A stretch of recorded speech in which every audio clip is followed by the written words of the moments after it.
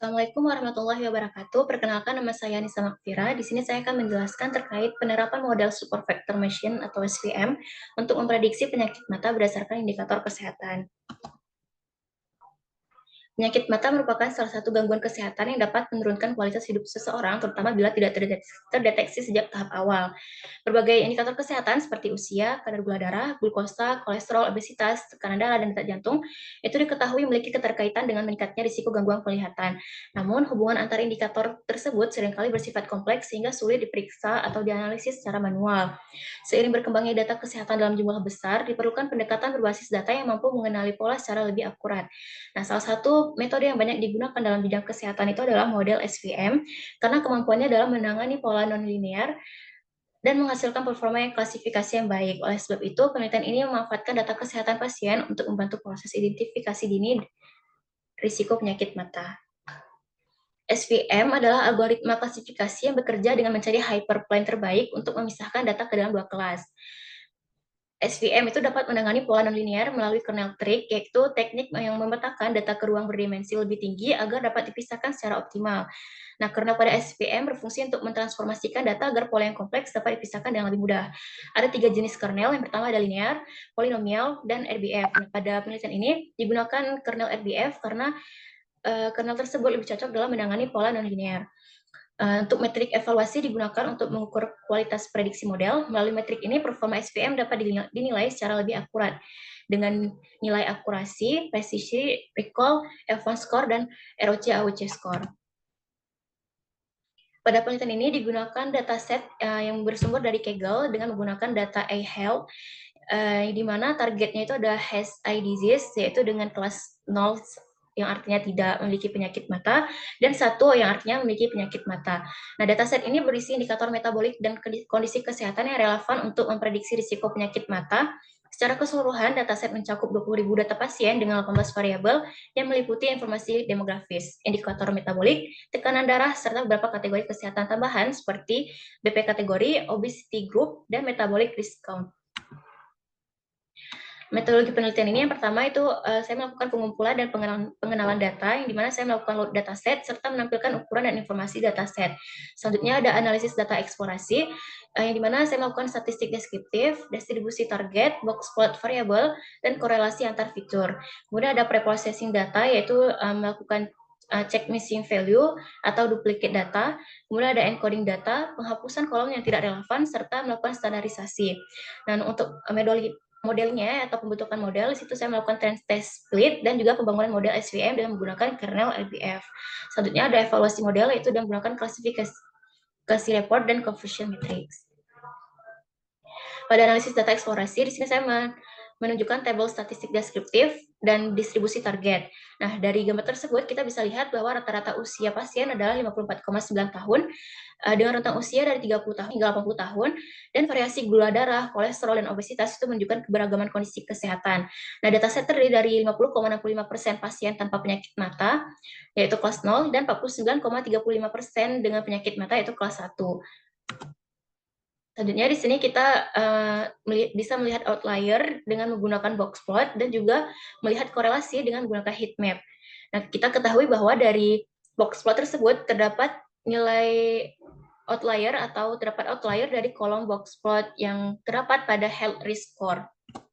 Selanjutnya, pada modeling SVM, di sini kita bisa lihat hasilnya pada matriks evaluasi, yang dimana nilai akurasinya itu mencapai 75,2%, presisinya itu 1, recall 50%, F1 score-nya adalah 0,668, ROC-AUC score-nya adalah 0,740.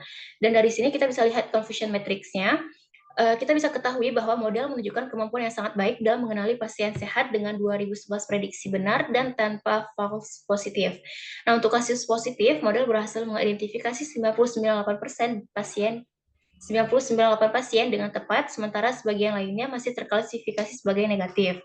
Hasil ini memperlihatkan bahwa performa model kuat pada kelas negatif, namun tetap mampu mengenali sebagian besar kasus positif. Berdasarkan hasil analisis dan evaluasi model yang telah dilakukan, dapat disimpulkan sebagai berikut. Model SVM dengan kernel RBF berhasil diterapkan untuk memprediksi penyakit mata menggunakan dataset 20.000 pasien dengan indikator kesehatan seperti gula darah, kolesterol, obesitas, dan tekanan darah.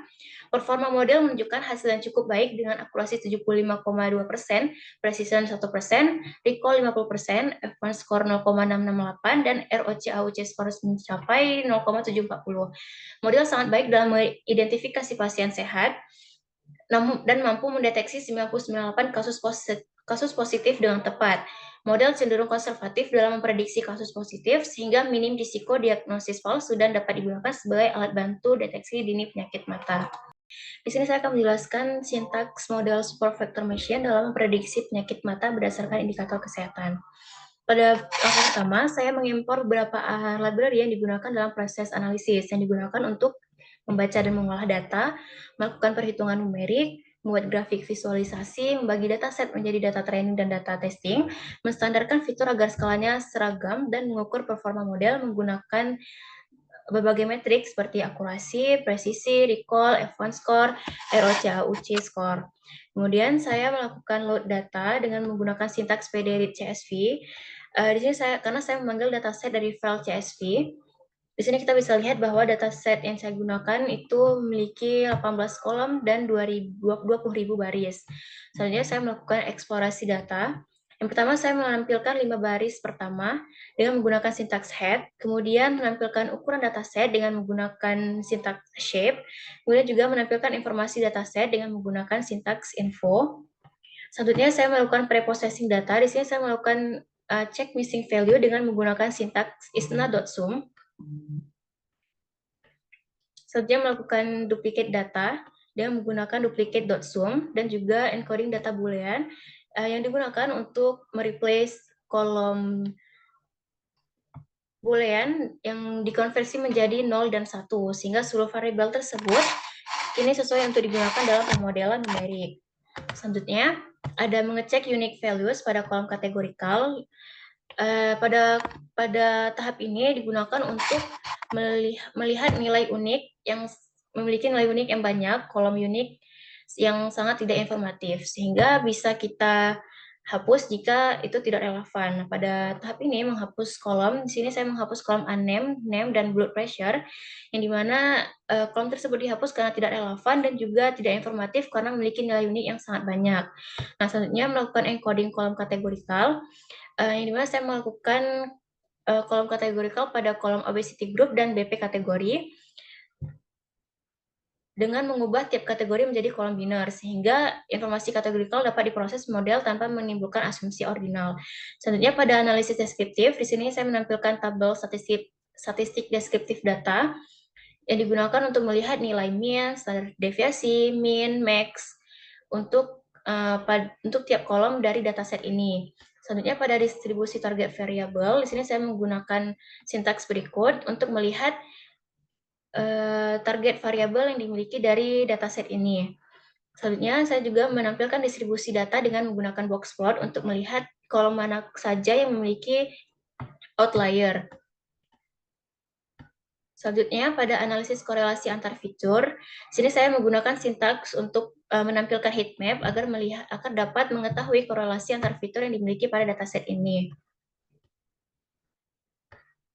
Selanjutnya saya melakukan analisis data, yaitu yang pertama saya melakukan split data untuk memprediksi variabel dependent yang kemudian dibagi menjadi 80% untuk training dan 20% untuk testing. Selanjutnya ada scaling data. Scaling data ini saya lakukan dengan standar scaler yang diterapkan untuk menyamakan skala fitur agar sesuai dengan kebutuhan SVM.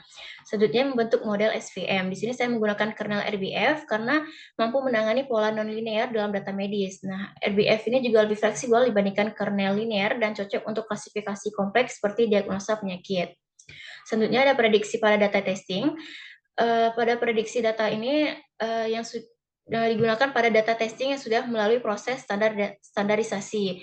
Nah, selain prediksi kelas, model juga menghasilkan nilai probabilitas untuk kelas positif yang kemudian digunakan dalam perhitungan ROC-AUC. Selanjutnya, di sini saya tampilkan sintaks untuk evaluasi performa model, sehingga kita bisa tahu bahwa model memiliki kemampuan klasifikasi yang cukup baik secara keseluruhan. Nah, selanjutnya saya juga menampilkan confusion matrix berdasarkan dengan sintaks tersebut. kita bisa lihat bahwa model menunjukkan kemampuan yang sangat baik dalam mengenali pasien sehat dengan 2011 prediksi benar dan tanpa false positif. Dan untuk kasus positif, model berhasil mengidentifikasi 99 pasien dengan tepat, sementara sebagian lainnya masih terklasifikasi sebagai negatif. Nah, hal ini memperlihatkan bahwa performa model kuat pada kelas negatif, namun tetap mampu mengenali sebagian besar kasus positif. Nah, kesimpulannya, model SVM berhasil memprediksi penyakit mata dengan performa baik, dan menunjukkan kemampuan baik dalam mendeteksi pasien sakit. Nah, model dapat digunakan sebagai alat screening awal, namun perlu dikombinasikan dengan pemeriksaan medis langsung karena masih ada 10,7% kasus yang terlewat. Nah, sekian presentasi dari saya. Assalamualaikum warahmatullahi wabarakatuh.